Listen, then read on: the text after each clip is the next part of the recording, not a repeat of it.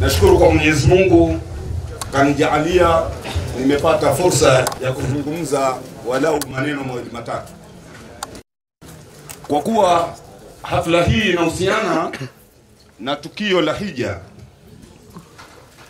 Na hija mwaka huu nimekuwa nikizungumza nikilinganisha ni sawa sawa kama ni hitimisho la watu la kutokuwa katika ujahil na kuwa katika neema na nuru ya Uislamu, au ni sababu ya Uislamu kuweza kushinda na kutoweka ukafiri.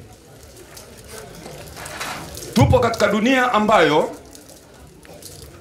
imejaa dhulma, ufisadi, mafuhumu ya aina mbalimbali, lakini Waislamu wengi wetu tukawa hatujui tupo katika wakati gani na sasa hivi tunaelekea katika eneo gani. Wahadhiri waliotangulia wamelizungumzia tukio la imani ya baba yetu Ibrahim pamoja na imani ya mwanae Ismail pamoja na imani ya mke wa Nabiullahi Ibrahim. Katika imani hii wakatuhusia na sisi pia ni wajibu wetu tuige na kufuata yale ambayo baba yetu Ibrahim alayhi salatu wasalam alikuwa nayo. Lakini kabla hatujafikia huko, ni wajibu wetu tuiangalie hii aya kwanza kwa muktasar. Mwenyezi Mungu subhanahu azza jalla anasema, huwa alladhi ja'ala shamsa dhiyaa wal qamara nura lita'lamu adada as-sinina wal hisaba qad fassalna al-ayati liqaumin ya'lamun. Kwamba Mwenyezi Mungu subhanahu azza jalla ni yeye ambaye kaujalia mwezi akaupa nuru, na kisha jua akalipa mwangaza ili tupate kufahamu hesabu ya miaka, na pia Allah akatujulisha namna gani ya kufanya mahesabu.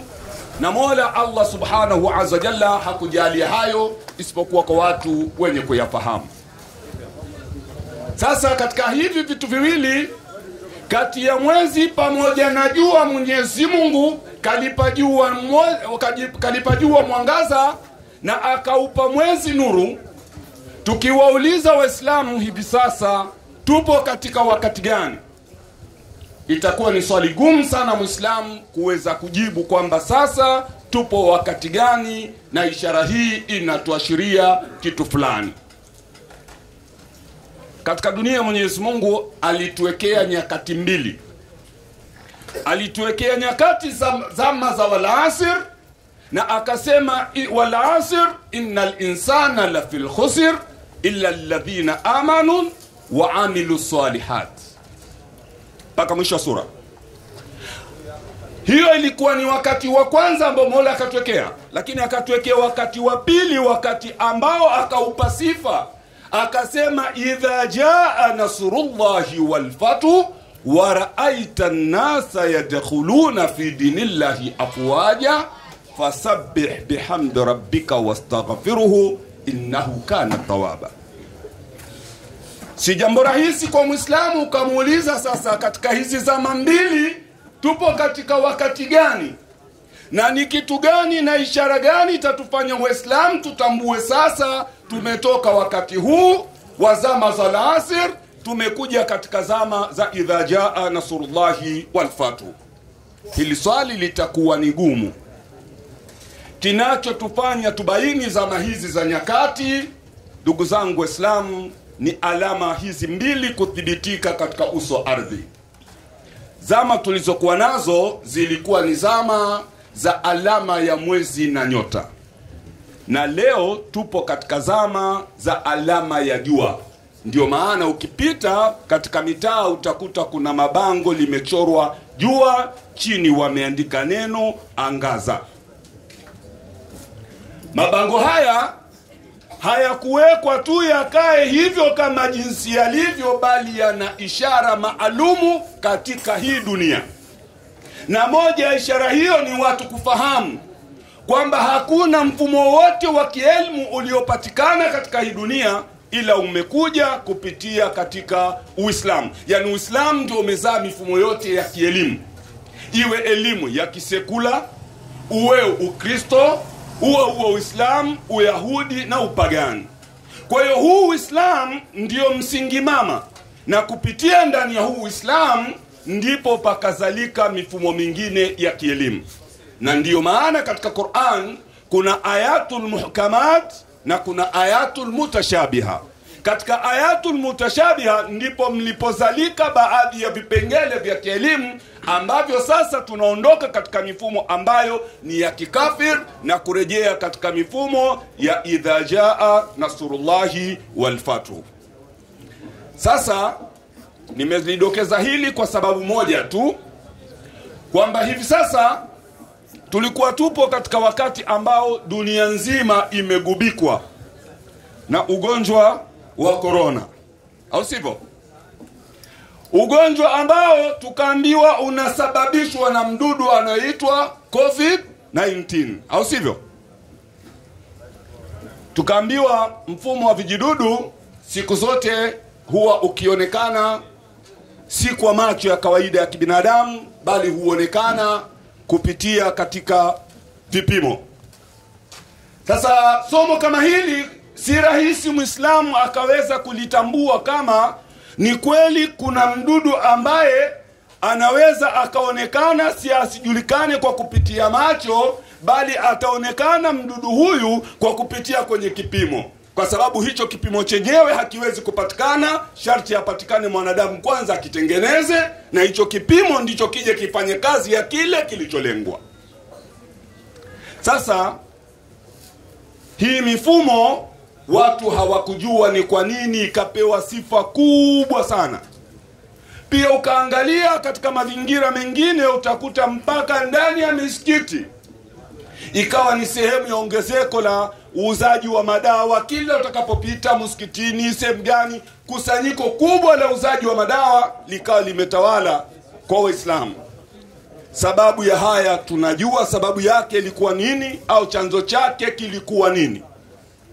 Ukiuliza suala kama hili litakuwa ni gumu sana mtu kukueleza kwamba sababu ya matangazo haya ilikuwa sababu yake ni hii, au sababu ya tukio hili sababu yake ni hili.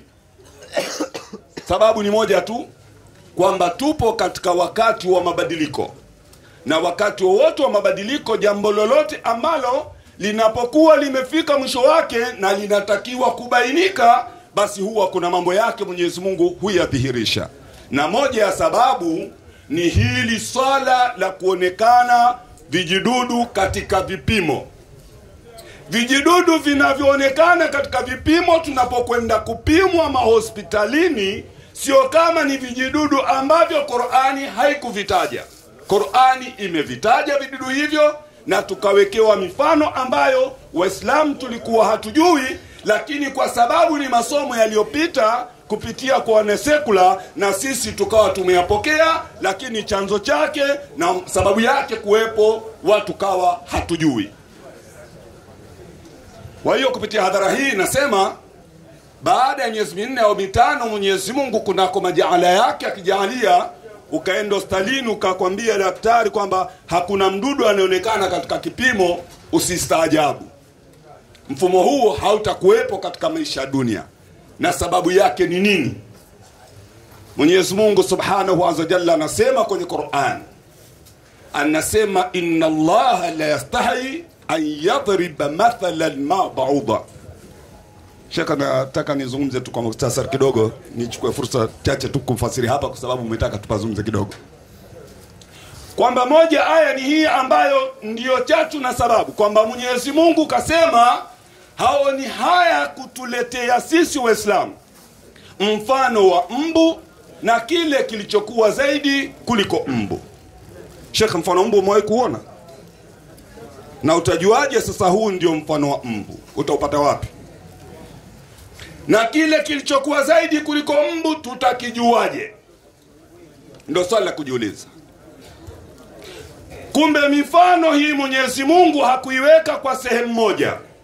Kama Ibilisi alivyokuwa akifanya mchezo wa kumdanganya mke wa Nabiullahi Ibrahim, na akamwambia, ewe mke wa Ibrahim, umekaa unastarehe, mumeo ameshika kisu na kamba aenda mchinja mwanao, na wewe umekaa unaona raha, unaona furaha. Huu mfano huu wa sheitani, ndivyo sheitani na yeye alivyofanya kisa mkasa. Akachukua mifano, akaja akatupa elimu. Wana sekula akawapa taaluma ya kutengeneza vipimo. Wataalamu wa elimu za tiba upande wa nafalak, na wao akawapa elimu yao ikaitwa ilmu, au vifaa vyao mfumo wao ukaitwa mfumo wa mindili. Wataalamu wafanya elimu ya jad, na wao wakapewa taaluma yao kupitia viungu. Sasa kwa huku sheitani akawa na mfumo wa kuonekana kwa sura ya kibinadamu, na kupitia katika somo la mindil sheitani akawa kidhirika kwa jimbile la kibinadamu. Kwa hiyo kwa taaluma za watu wawili hawa, sheitani akawa kidhirika kwa sura ya kibinadamu. Kwa hiyo mfano na yeye akawa analeta mfano, na mfano wenyewe sheitani ndio anayedhihirika. Kwa mtu akikwambia anaenda kwa mganga akamwona mtu kwenye glasi ya maji, yule uliyemuona sio mtu anayekaa kwenye glasi ya maji, yule ni mfano, na mfano wenyewe ndio sheitani analeta mfano huo. Na ukaenda katika kipimo hospitalini, ukaambiwa kuna mdudu alionekana katika kipimo, yule siye mdudu, huyo mdudu mwingine uliambiwa analeta ugonjwa. Hakuna mdudu anayeleta ugonjwa, huyo anakuwa ni ibilisi, sheitani.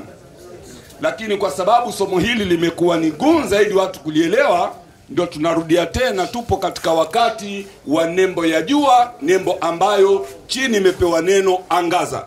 Kwa hiyo insha Allah taala Mwenyezi Mungu atatujalia na atatuangazia hili, tutakuja kulijua. Lakini katika kuja kulijua ndio dalili ya surati idha jaa nasrullahi wal fathu itakuwa imedhihirika.